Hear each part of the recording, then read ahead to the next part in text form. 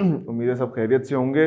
अच्छा भाई, आज हम लोग बात करने जा रहे हैं एक नए चैप्टर के बारे में, और वो नया चैप्टर जो है उसका नाम है बायो एनर्जेटिक्स। आपके पास ऊपर लिखा हुआ भी है। अच्छा, ये चैप्टर थोड़ा सा टेक्निकल इस सेंस में है कि उसमें बायोकेमिस्ट्री यानी बायोलॉजी और केमिस्ट्री सब मिल के साथ चल रहे हैं। तो इसकी कुछ बेसिक्स को समझेंगे और कोशिश करेंगे कि हम इसको अच्छे से समझ के और आगे पढ़ सकें, चीज़ों को देख सकें।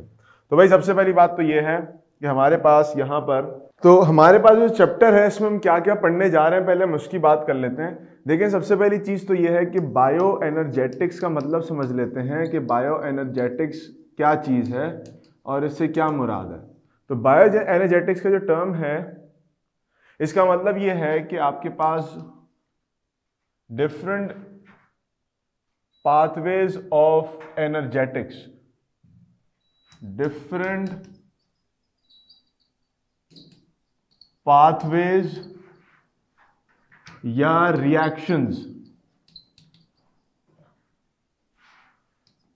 that are linked to production of energy in a living cell। Living cell में वो कौन से डिफरेंट पाथवेज या रिएक्शंस हैं that are link to production of energy के प्रोडक्शन में के साथ के जो भी आपके पास लिंक्ड है, रवाबित हैं मुख्तलिफ रिएक्शंस के, वो क्या क्या, उन सबको पढ़ने का नाम बायो एनर्जेटिक्स है। यानी बायोकेमिस्ट्री है इसके अंदर, इसमें बायोफिजिक्स है, बहुत सारी चीजें एक साथ इन्वॉल्व हुई हुई है। तो this is known as bioenergetics. ना बायोएनर्जेटिक्स में हमारे पास मेन बातें क्या हैं जिनके ऊपर हम ज्यादा फोकस करते हैं। तो समझे इस बात को कि हमारे पास सबसे पहली चीज तो ये होती है कि हम ये समझ सकें कि हमारे सेल में, बायोलॉजिकल सेल में एनर्जी आती कैसे है और किस चीज से आती है। तो एक टर्म है जो हम बार बार पढ़ेंगे, उसको देखेंगे, वो है एटीपी। एटीपी का फुल फॉर्म होता है adenosine triphosphate. Adenosine triphosphate. Now what is this? Adenosine triphosphate क्या होता है? देखिए, एडिनोसिन इज अ न्यूक्लियोटाइड या नाइट्रोजनस बेसिस की फॉर्म होती है एडिनोसिन। जैसे हमारा डीएनए आरएनए होता है तो उसमें 4 जो है वो नाइट्रोजनस बेसिस होती हैं, एडेनिन, साइटोसिन, थायमिन और ग्वानिन, या फिर समटाइम्स यूरेसिल अगर वो एमआरएनए या आरएनए की बात हो रही है। तो हमारे genetic makeup its made up of DNA. DNA comprise of 4 different nucleotides और 4 different type of nitrogenous bases bound to a nucleotide. उन 4 न्यूक्लियोटाइड्स के नाइट्रोजनस बेसिस का नाम क्या है? एक adenine, guanine, cytosine and thymine. उनमें से एक जो है वो यहाँ पर आपके पास मौजूद है, उसको हम कहते हैं adenosine. Now what's the structure of an ATP? ATP का स्ट्रक्चर क्या होता है जो हमें एनर्जी प्रोवाइड करता है? तो बीच में आपके पास एक शुगर का मॉलिक्यूल होता है, शुगर का मॉलिक्यूल जिसमें 5 के करीब कार्बन होते हैं। पहला कार्बन, दूसरा, तीसरा कार्बन, चौथा कार्बन, ये है 5वां कार्बन। और यहां पर आपके पास एक फॉस्फेट, दूसरा फॉस्फेट और तीसरा फॉस्फेट, यानी 3 फॉस्फेट लगे हुए होते हैं।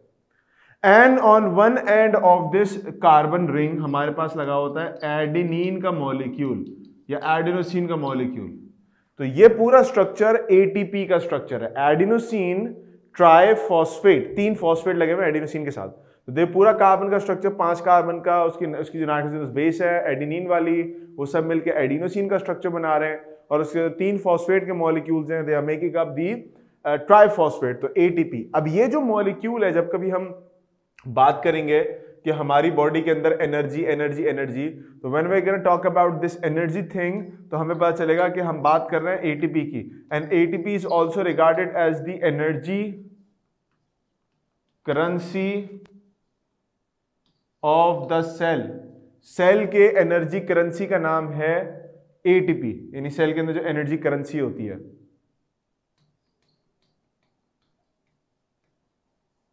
Energy currency of the cell, यानी सेल का जो पैसा है एनर्जी का, दैट इज योर एटीपी। तो मतलब क्या हुआ कि सेल को जब भी कभी एनर्जी चाहिए होगी, we need this ATP that actually looks like this and which is the energy currency of the cell.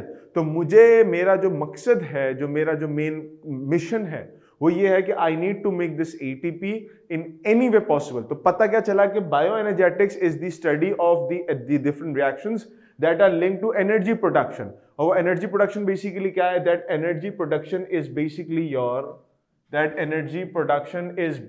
Your what? ये रहा, ये आपके पास एनर्जी प्रोडक्शन है, ये आपके पास एनर्जी प्रोडक्शन है, और एनर्जी क्या है आपकी?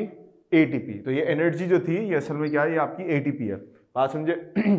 अच्छा, अब बात कर लेते हैं आगे कि जब एटीपी बन रही है, कोई भी रिएक्शन हो रहा है जिसके नतीजे में एटीपी बनेगी, उस रिएक्शन में एनर्जी देने के कौन कौन से तरीकेकार हैं, यानी what are the processes that lead to production of energy with in the biological cell. मिल तो गई है एटीपी, लेकिन वो रिएक्शन कैसे प्रोसीड होंगे, उनमें कौन कौन से दो मेन स्टेप्स आएंगे, तो वो दो मेन स्टेप्स समझ लीजिए।